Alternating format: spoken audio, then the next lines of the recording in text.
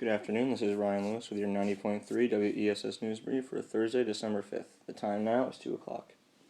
According to the Pocono Record, there was a car crash early yesterday morning at approximately 4:51 involving a tractor-trailer and a box truck in Taylorsburg. The crash occurred at mile marker 22.7 as a box truck carrying pastries was on Route 33 and caused the three-vehicle crash.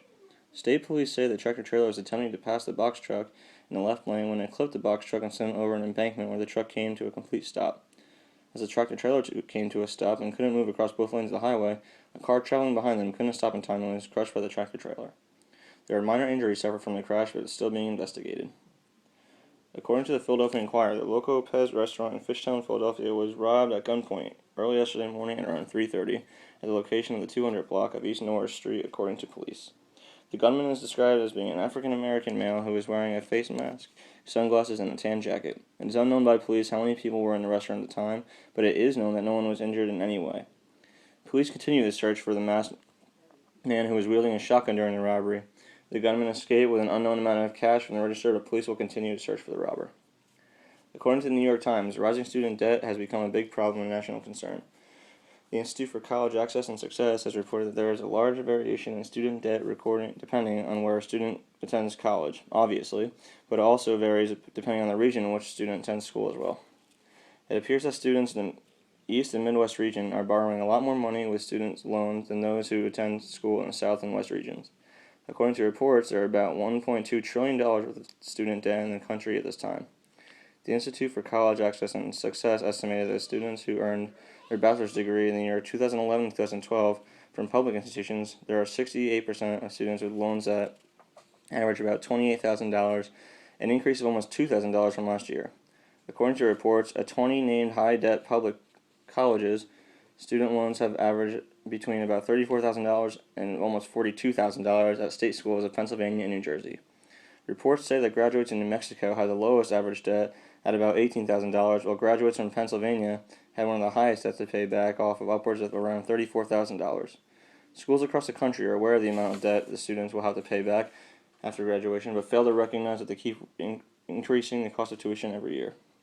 At the rate of interest being added onto the loans, by the time the students go to pay for their loans, they are paying almost double of what they had borrowed and will take years to pay off the loans. According to CNN.com, Toronto Mayor Rob Ford is in the news again. The mayor that was in the news last month that admitting he had smoked crack in the past has now been accused of attempting to buy an incriminating video from criminal suspects that shows him smoking crack. When questioned about these allegations, Mayor Ford stated that it's an outright lie. When questioned further into the topic, the Toronto mayor told the media to speak to his lawyer if they wanted any more information. After being asked more questions, such as ones about his future as the mayor of the city, Ford had virtually no problem with his job security, stating the future is I'm getting reelected. According to ESPN.com tonight, J.J. Watt and the struggling 2-10 Houston Texans travel to Jacksonville, Florida to take on an also struggling 3-9 Jaguars team that has been down since the beginning of last season. The Texans, currently on a losing streak in the NFL, being 10 games, are trying to end the season on a good note. Despite being preseason favorites to make the playoffs or maybe even perhaps win the Super Bowl, the injury-plagued Texans are looking for any sort of positive way to end the year. The Jaguars seem to have found life behind veteran running back Maurice Jones-Drew over the last few weeks and continue to stay positive as the season comes to an end.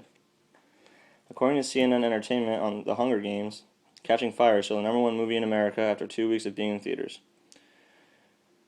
The highly anticipated film broke even more records over Thanksgiving break between last Wednesday and Sunday.